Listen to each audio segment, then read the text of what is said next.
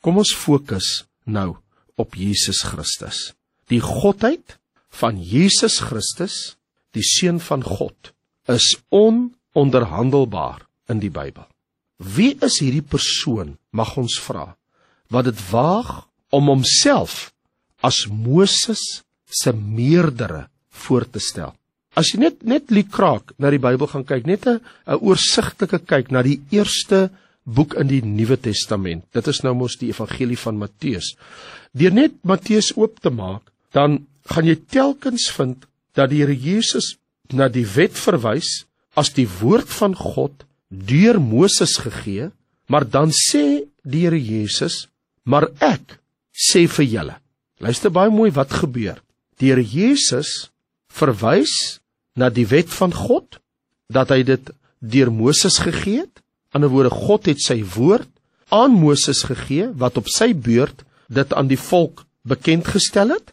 Maar dan kom die Here Jesus, en hy sê dat hy is inderwaarheid Moses se meerdere, wat die wet gegee het, deur te sê, byvoorbeeld, kyk in Matteus 5, vers 17 en 18, moenie dink dat ek gekom het om die wet of die profete te ontbind nie. Ek het nie gekom om te ontbind nie, maar om te vervul. Want voorwaar, ek sê vir julle, voordat die hemel en die aarde verbygaan, sal nie een jota of een titel van die wet ooit verbygaan, totdat alles gebeur het nie. Hoor jy wat sê Jesus? Ek sê vir julle, in vers 20, 21 en 22, want ek sê vir julle, dat as julle geregtigheid nie oorvloediger is, as die van die skrifgeleerdes en fariseërs nie, julle nooit in die koninkryk van die hemele sal ingaan nie. Julle het gehoor dat aan die mense van die oudheid gesê is, jy mag nie doodslaan nie, maar elkeen wat doodslaan, moet verantwoording doen voor die gereg. Maar ek sê vir julle, dat elkeen wat vir sy broeder sonder rede kwaad is, verantwoording moet doen. Kan u hoor wat gebeur hierso? Ek sê vir julle, selfs in vers 27 en 28, julle het gehoor dat aan die mense van die oudheid gesê is, jy mag nie egbreek nie.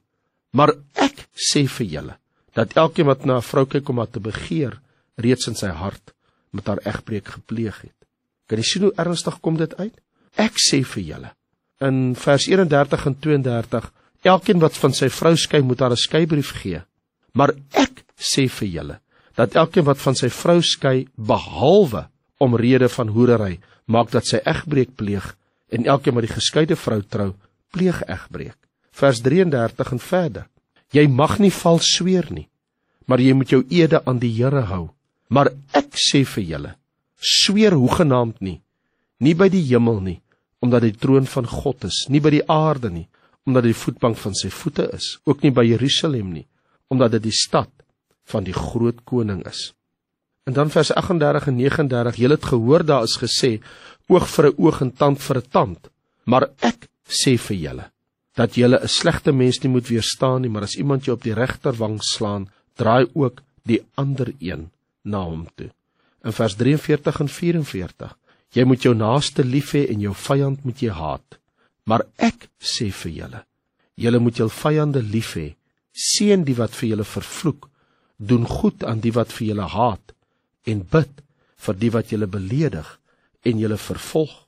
Selfs in hoofstuk 7 van Matteus en selfs in hoofstuk 6, as jy maar net gaan na hoofstuk 6, wat nou natuurlik voor hoofstuk 7 is, dan lees ons daar in vers 28 en 29, wat kwel julle jou oor klere, let op die lelies van die veld, hoe groei hulle arbei en hulle spin nie, maar ek sê vir julle, dat selfs Salomo in al sy heerlikheid nie bekleed was, soos een van hulle nie.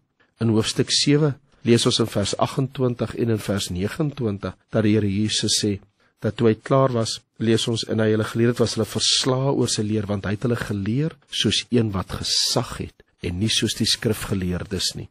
Ek vra maar net, kan u iets baie duidelik oplet, in die retoriek van hoofstuk 5, 6 en hoofstuk 7, as u nou kyk daar in Matteus, kan u baie duidelik sien, dat die Here Jesus kom, en hy sê, ja, dit is wat julle gehoor het, dit is wat geskrywe staan, dit is in die wet van Moses, dit is die wet van God, dit is in die Ou Testament.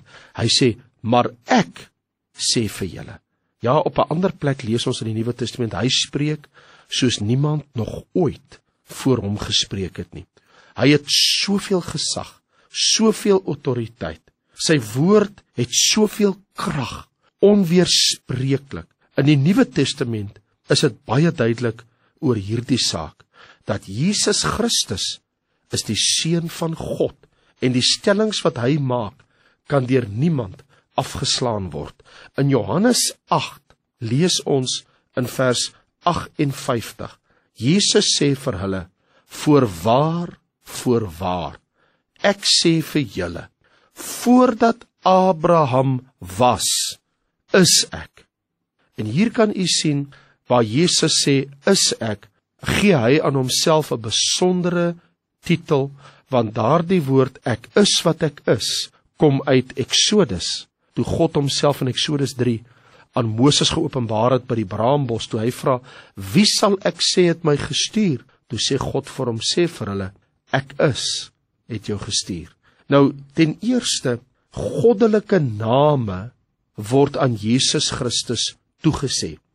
In Johannes 1 vers 1 lees ons, staan daar, in die begin was die woord, en die woord was by God, en die woord was God. So hier is 'n baie duidelike woord rondom Jesus Christus. Hy was in die begin by God, alle dinge deur hom ontstaan, sonder hom het nie een ding ontstaan wat ontstaan het nie. Aan hom was die lewe, en die lewe was die lig van die mense. En hy het na sy eiendom gekom, maar sy eie mense wou hom nie aanvaar het. Wie wou hulle nie aanvaar het? Die woord van God, die Here Jesus Christus homself. En dan in Hebreërs 1 vers 8, maar van die Seun, u troon, o God, is tot in alle ewigheid. Dat God die Vader, waar ons gelees het reeds in Hebreërs 1 vers 1, daar het God baie keer op baie maniere in die ou tyd, tot die Vaders gespreek het deur die profete, het hy in hierdie laaste dae tot ons gespreek deur die Seun, en nou word hier 'n geweldige verklaring gemaak oor sy Seun, dat wanneer God hom opwek uit die dode uit, en ons lees dat daar van vers 5 af, u is my Seun, vandag het ek u gegenereer, en weer, ek sal vir hom 'n vader wees, en hy sal vir my 'n seun wees, en weer, wanneer hy die eerstgebore in die wêreld inbring, sê hy, al die engele van God moet hom aanbid. So God die Vader, Jahwe, sê, dat die engele van God moet Jesus Christus aanbid. Van die engele, wel boodskappers, winde, wat hy van hulle ook maak, vuurvlamme, maar van die Seun, dis nou Hebreërs 1 vers 8, u troon, o God, is tot in alle ewigheid. Die scepter van u koninkryk is 'n regverdige scepter. So Jahwe sê van sy Seun, sê van Jesus Christus, as jy byvoorbeeld lees in Psalm 110, sê Jahwe aan Adonai, sê die Here God die Vader aan die Here sy Seun. Hy sê, volgens die orde van Melchisedek, verklaar ek u hoëpriester. Maar hier lees ons, in Hebreërs 1 vers 8, u troon, o God, verwysend nou na Jesus, is tot in alle ewigheid. Van die Seun sê hy dit, u troon, o God. En as u na Romeine 9 vers 5 gaan kyk, die Bybel is baie duidelik daaroor, daar's geen twyfel nie. Sy Seun, lees ons, Christus, wat hy oor alles is, God lofwaardig. Hier word hy genoem, God lofwaardig. Romeine, hoofstuk 9 vers 5, aan wie van die vaders behoort en uit wie is Christus na die vlees? Hy wat oor alles is, God lofwaardig tot in ewigheid. Hy is God lofwaardig. En soos dit geskrywe staan in 1 Johannes 5 vers 20, sy Seun, Jesus Christus, hy is die waaragtige God en die ewige lewe. So u kan sien, goddelike name word aan hom toegesê. Hy is die woord van God. Hy is God, Christus, God lofwaardig. Jesus Christus, die Seun van God, waaragtig God. En tweedens, Jesus word ook Seun van God genoem. As u sal wil saam lees of net wil luister in die Evangelie van Johannes, hoofstuk 5, lees ons in vers 18. Dis nou die Evangelie van Johannes, hoofstuk 5 vers 18. Hieroor het die Jode nog meer probeer om hom dood te maak, omdat hy nie alleen die Sabbat gebreek het nie. Jesus het nooit die Sabbat gebreek, maar volgens hulle tradisionele Sabbatinstellings, Jesus het nie daarvoor gegaan nie, maar ook God sy eie Vader genoem het en hom met God gelykgestel het. Hom met God gelykgestel het. So hier kan u sien, hulle wil Jesus stenig en hom doodmaak, omdat hy hom met God gelykgestel het. In Johannes hoofstuk 10, steeds in die evangelie van Johannes, vers 35 en in vers 36 lees ons, as dit hulle gode noem, tot wie die woord van God gekom het, en die skrif nie gebreek kan word nie, sê julle vir hom wat die Vader geheilig en in die wêreld gestuur het, u spreek godslasterlik, omdat ek gesê het, ek is die Seun van God. Ek is die Seun van God. Sê julle dis godslasterlik, omdat ek gesê het, ek is die Seun van God? Net een mens kon dit ooit gesê het, en dit was Jesus Christus. Selfs toe hy aan die kruis was, en alles wat daaruit voortgevloei het, lees ons in Matteus 27, vers 40, daar staan geskrywe, u wat die tempel afbreek en in 3 dae opbou, red nou u self. U wat sê u sal dit opbou in 3 dae, red u self. As u die Seun van God is, kom af van die kruis.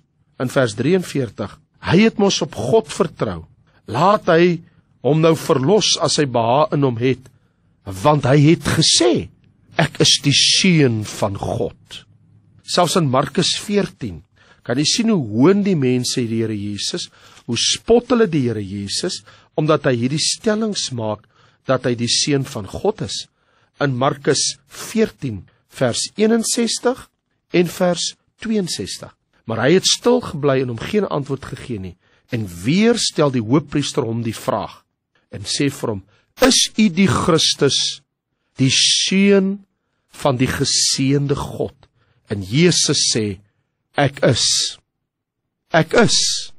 en u almal sal die Seun van die mens aan die regterhand van die krag van God sien sit, en kom met die wolke van die hemel.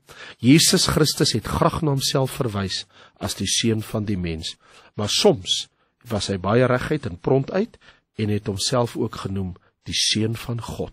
Jesus Christus is die Seun vanuit die ewigheid, Seun van God in sy voorbestaan. Dit beteken, voordat Jesus mens geword het, is en was hy nog altyd Seun van God. Ons het kinders van God geword in die verloop van tyd. Jesus is dit van ewigheid af. Ons is kinders van God op sterkte van ons aanneming tot kinders van God. Patria potestas, dat ons is aangeneem as kinders van God, maar hy, die Seun van God, is dit van nature, van ewigheid af. Dis wat ons baie duidelik sien in die Nuwe Testament, is ten eerste word goddelike name aan hom toegesê. Ten tweede word hy pertinent Seun van God genoem, en verwys Jesus Christus ook na homself as Seun van God. En derdens word aanbidding wat aan God alleen behoort, ook aan Jesus Christus toegesê. In die evangelie van Johannes kan ons baie duidelik sien dat dit is wat daar gebeur het in vers 23 en in vers 24 van Johannes hoofstuk 5, wanneer daar geskrywe staan, sodat almal die Seun kan eer, net soos hulle die Vader eer. Wie die Seun nie eer nie die Vader wat hom gestuur het nie. Voorwaar ek sê vir julle, wie my woord hoor en hom glo wat my gestuur het die ewige lewe en kom nie in die oordeel nie, maar het oorgegaan uit die dood in die lewe. Hoor wat sê die vers, dat almal die Seun kan eer, net soos hulle die Vader eer. Dan sien ons ook, God beveel die engele in Hebreërs 1 vers 6, dat hulle moet die Seun aanbid, die Seun van God aanbid. En dan verklaar die Bybel ook in Filippense 2 vers 10, dat in die naam van Jesus Christus sal buig elke knie en elke mond sal hom bely. Jy weet, daar was 'n vraag gevra deur Charles Lamb toe hy gevra is, hoe sou hy reageer as die grootste van die wat gesterf het nou in die kamer skielik verskyn? En sy antwoord was, indien dit Shakespeare was, sou ons almal opgestaan het. Indien dit Jesus Christus is, sal ons almal voor hom neerkniel. Jy sien, dis die verskil, dat die grootste persoon op aarde, wat ooit geleef het, enige koning, voor ons moet opstaan, voor ons moet verskyn, sal ons in daardie persoon se teenwoordigheid opstaan, om erkenning te gee. As dit Jesus Christus is, sal ons neerkniel.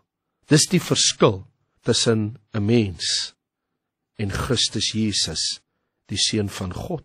Behalwe dat goddelike name aan hom toegesê word, behalwe dat hy pertinent Seun van God genoem word, en dat aanbidding van God aan Jesus toegegee en toegesê is, en jy moet ook net onthou, daar was 'n oomblik en daar was 'n dag in hierdie man se lewe, wat die Here Jesus gesond gemaak het, die man wat blind gebore was, in Johannes hoofstuk 9, toe Jesus hom gesond gemaak het, en toe ban hulle hom uit die tempel uit, want dit het alles op die Sabbat gebeur. Toe lees ons in vers 35 van Johannes 9, toe Jesus dit hoor, en dat hulle hom uitgeban het, uit die sinagoge uit, toe kry hom, en hy sê vir hom, glo jy in die Seun van God? Johannes 9:35, en hy sê, wie is hy, Here, dat ek in hom kan glo? En Jesus sê vir hom, jy het hom gesien, en hy wat met jou spreek, dit is hy. Toe sê hy, ek glo, Here, en hy het hom aanbid.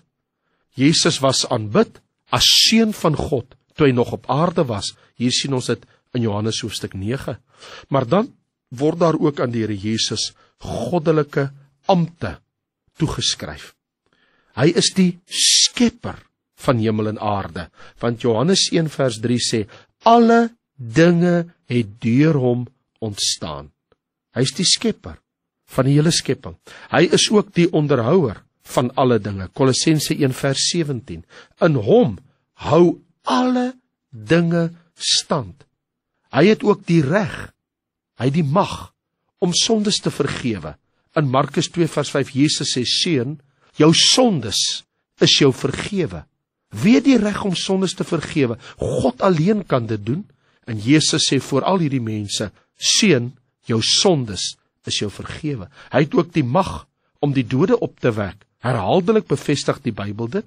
In Johannes 11, ek is die opstanding en die lewe, wie in my glo sal lewe, al het hy ook gesterwe, en hy draai om na die graf toe, voor al die mense daardie dag, en hy sê, Lazarus, kom uit, en Lazarus staan op. Jesus Christus is die regter van alle mense. Ons lees tog in Johannes 5 vers 22, die Vader het die oordeel ook aan niemand oorgegee, behalwe aan die Seun. Die hele oordeel is aan die Seun gegee, aan niemand anders nie. Daarom is Jesus Christus die Seun van God. Jesus Christus is wie hy gesê het, hy is. Mag die Here vir u seën, terwyl jy in vrede die Here Jesus liefhet en hom dien. Ja, as iemand nou ingestap kom, die president van ons land, of die Amerikaanse president, of 'n baie vername persoon, mag dit wees, dat dit jou sal forceer om op te staan uit respek en erkenning vir die persoon in jou teenwoordigheid. Maar weet jy, as Jesus Christus nou in jou teenwoordigheid instap, sal jy die een wees wat sal neerkniel voor hom en bely.